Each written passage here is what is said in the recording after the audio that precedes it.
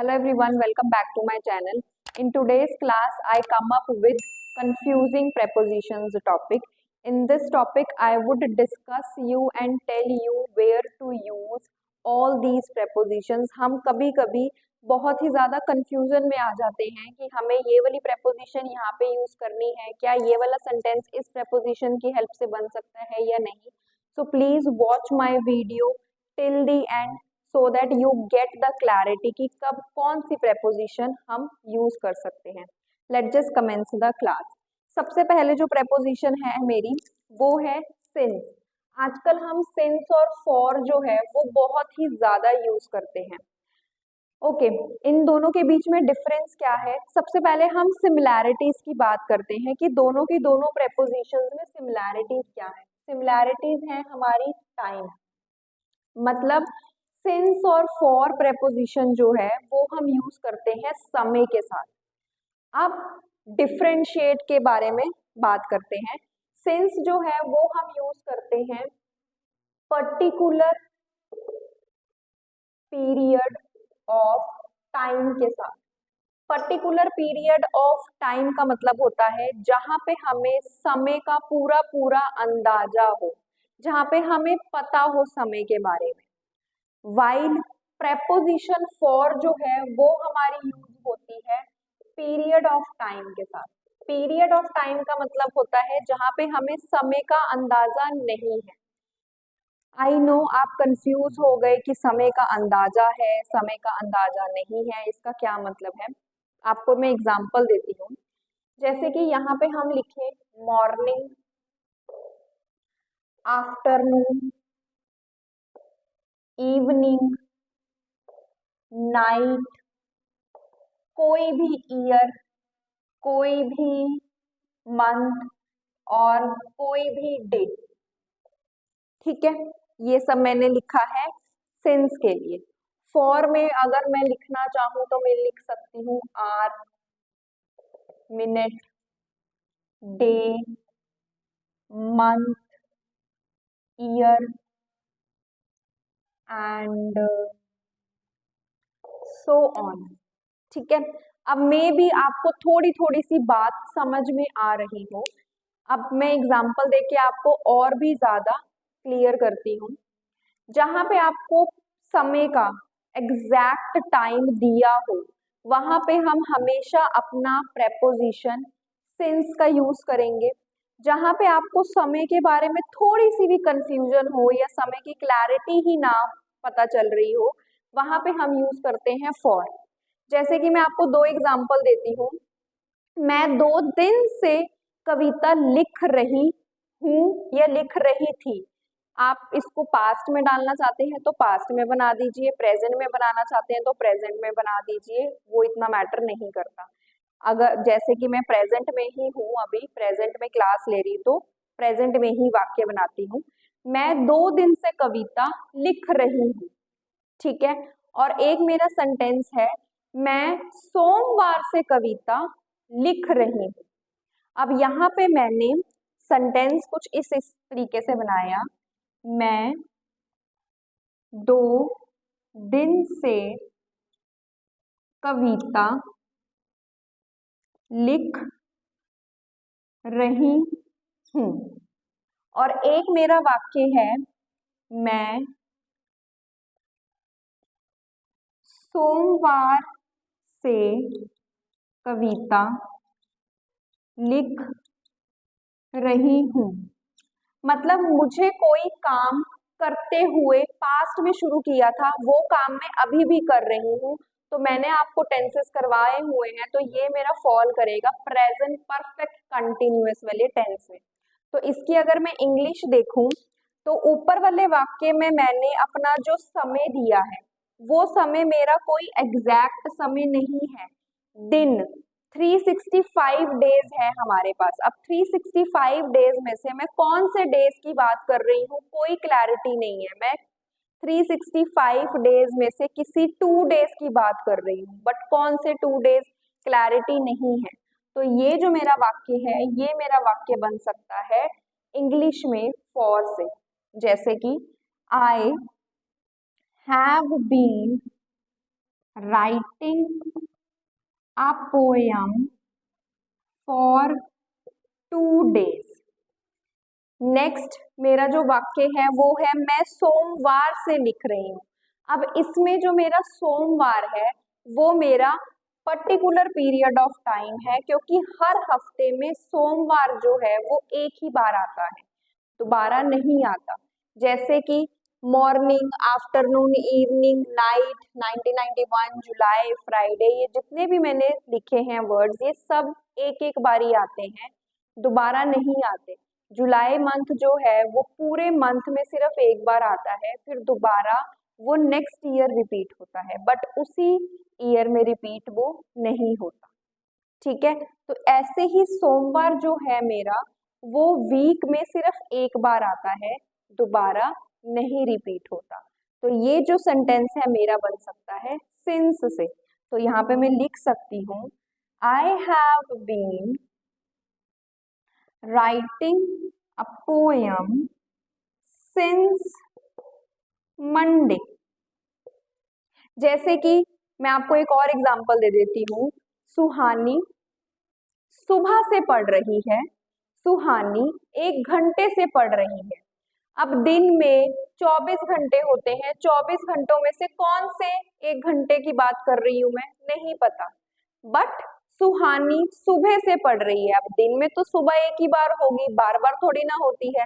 तो यहाँ पे जो मेरा पहला वाले वाक्य है वो मेरा फॉर से बनेगा, that Suhani has been studying for an hour. और जो नीचे सुबह वाला मैंने बनाया था वो मेरा बन सकता है Suhani has been studying since morning. तो इस तरीके के सेंटेंसेस आप with the help of since and for बना सकते हैं। आई होप कि आपको अब समझ में आ गया हो कि कहाँ पे आपको सिंस प्रेपोजिशन यूज करनी है और कहाँ पे फॉर। नेक्स्ट प्रेपोजिशन की तरफ हम बढ़ते हैं। नेक्स्ट प्रेपोजिशन है हमारी विद इन। विद इन की अगर हम हिंदी देखें तो इसकी हिंदी होती है समय के अंदर। मतलब कोई चीज जो आपकी समय के अंदर हो जाए। जैसे कि हम किसी को मिलने जाते हैं तो हम उनको बोलते हैं ना, मैं 5 मिनट में तेरे पास पहुंच रही हूँ, या मैं 5 मिनट में तेरे पास पहुंच रहा हूँ, या ये मैं काम 10 मिनट में 10 मिनट के अंदर करके दे दूंगा। अब ऊपर वाला वाक्य मैंने कहा था मैं 5 मिनट में पहुंच रही हूँ। थोड़ा सा मैं आपको और क्लैरिटी देती हूँ। जैसे कि यहाँ पे मैं 2 सेंटेंसेस लिख रही हूँ, उसको फिर हम रीड आउट करेंगे और देखेंगे कि उनमें क्या डिफरेंशिएट है। जैसे कि I will complete this work in 5 minute. Next है I will complete this work within 5 minute. अब थोड़ा सा हम इनको डिफरेंशिएट करते हैं कि कब कहाँ कौन सा सेंटेंस हमें बोलना है। I will complete this work in 5 minute. मैं यह काम 5 मिनट में कर लूंगी। इसका मतलब है मुझे पूरे के पूरे 5 मिनट लगेंगे, पूरे के पूरे 5 मिनट लगेंगे और मैं ये करके तुम्हें दे दूंगी। बट अगर मैं बात कर रही हूँ आई will complete this work within 5 minute, तो इसका मतलब है कि मुझे पूरे 5 मिनट नहीं लगेंगे। हो सकता है 4.5 मिनट में, 4 मिनट में, 3.5 मिनट, 3 मिनट, इतने समय में मैं करके तुम्हें दे दूं, बट मुझे पूरे 5 मिनट नहीं लगेंगे। तो इसको कहते हैं हम समय के अंदर। तो कोई भी वाक्य अगर आपको इसी तरीके से बनाना है जिसमें आप बोल रहे हो कि मैं ये काम या वो चीज हमारी समय के अंदर हो जाएगी, तो वहां पे आप सेंटेंसेस इन से ना बना के विद इन से फॉर्म कर सकते हैं। Let just write an example to get more clarity. जैसे कि हम यहाँ पे एग्जाम्पल लिख सकते हैं,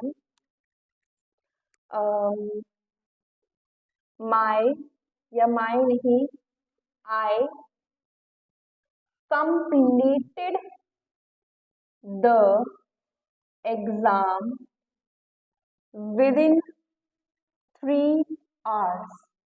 मतलब मैंने अपना जो एग्जाम था वो 3 घंटे के अंदर अंदर ही कर लिया। मैंने पूरे 3 घंटे नहीं लिए, 3 घंटे से पहले ही करके दे दिया।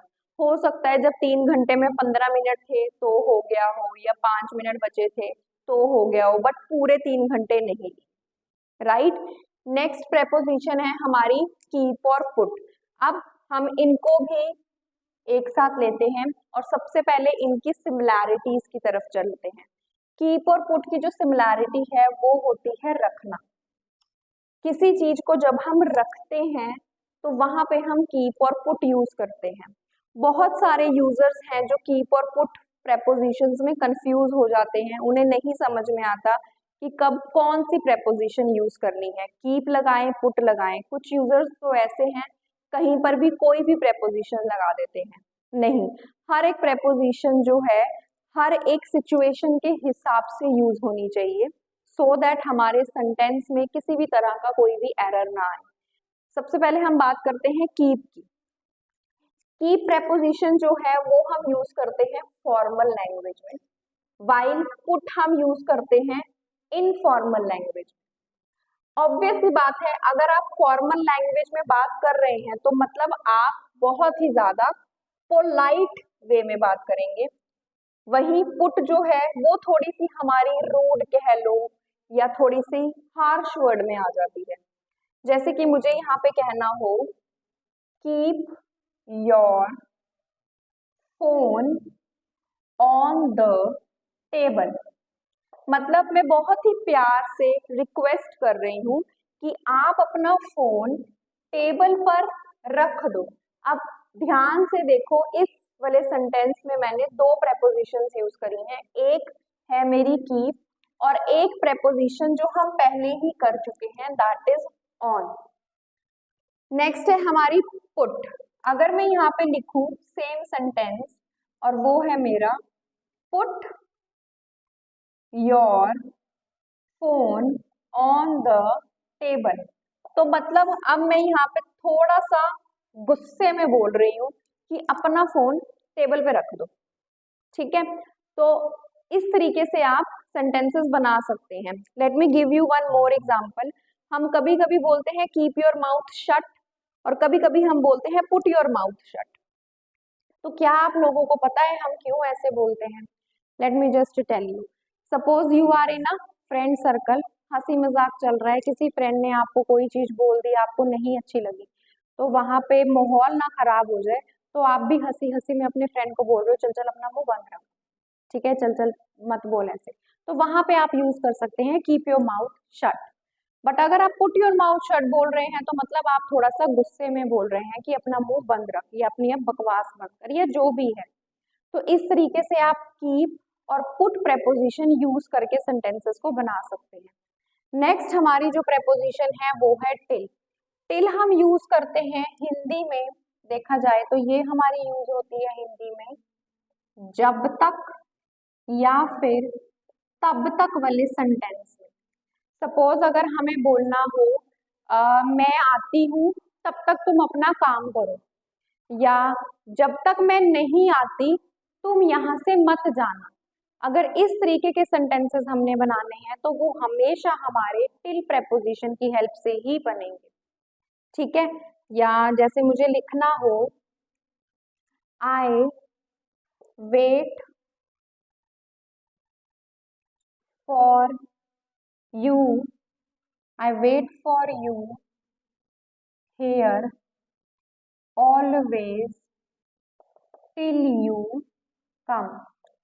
मतलब अब इसका मतलब क्या होगा? इसका मतलब होगा मैं हमेशा तुम्हारा यहाँ पे इंतजार करती हूँ जब तक तुम नहीं आ जाते। तो I wait for you here always, मैं हमेशा तुम्हारा यहाँ पे इंतजार करती हूँ टिल यू कम, जब तक तुम नहीं आते। नेक्स्ट सेंटेंस की तरफ चलते हैं और वो है हमारा ड्यूरिंग। ड्यूरिंग का मतलब होता है हमारा हिंदी में दौरान। मतलब आपका कोई एक एक्शन चल रहा है, उसी एक्शन के चलते सडन कोई दूसरा एक्शन हो गया हो। सपोज अब जैसे हम पढ़ रहे हैं, पढ़ते पढ़ते किसी का भी फोन बज जाए या फिर कोई और सडन एक्शन हो जाए, वहां पे हम अपना ड्यूरिंग वर्ड यूज कर सकते हैं। लिख सकते हैं हम during live concert I saw a rat on the stage. मतलब मेरा या किसी का भी लाइव कॉन्सर्ट चल रहा था और उसी दौरान क्या हुआ, मैंने एक रैट देखी स्टेज के ऊपर। Right, let's end the class with last preposition that is of. Of preposition जो है ये हम यूज करते हैं सेपरेट के लिए, मतलब जब कोई चीज किसी चीज से अलग हो जाती है। और always keep one thing in your mind, अब से हमेशा आपको of, O double F of preposition followed के साथ ही यूज करनी है। जैसे कि बच्चा साइकिल से गिर गया था, तो यहाँ पे मैं सिर्फ फॉल वर्ड ना लगा के फॉल ऑफ कर दूंगी, इसको मैं पेयर कर दूंगी। क्यों? इट साउंड्स गुड, सुनने में भी अच्छा लगता है और फील होता है that we use somewhere what we have learn. तो let just make this example, a child fell off. अब यहाँ पे फेल क्यों आया? क्योंकि बच्चा गिर चुका था। अब गिर चुका था मतलब पास्ट, और पास्ट फॉल का पास्ट क्या होता है? फेल। तो ये हो जाएगा अ चाइल्ड फेल ऑफ, कहाँ से? फ्रॉम हिज साइकिल, बच्चा अपनी साइकिल से गिर गया था। अब यहाँ पे अगर आप देखें तो यहाँ पे मैंने दोबारा से दो prepositions यूज करी हैं। एक हो गई मेरी of and next I have from, जो हम पहले भी कर चुके हैं। So try to form sentences like these, jot it down somewhere, and please subscribe my channel, share my videos and leave comment. Thank you. Till the time, take care and wait for my next video. Bye bye.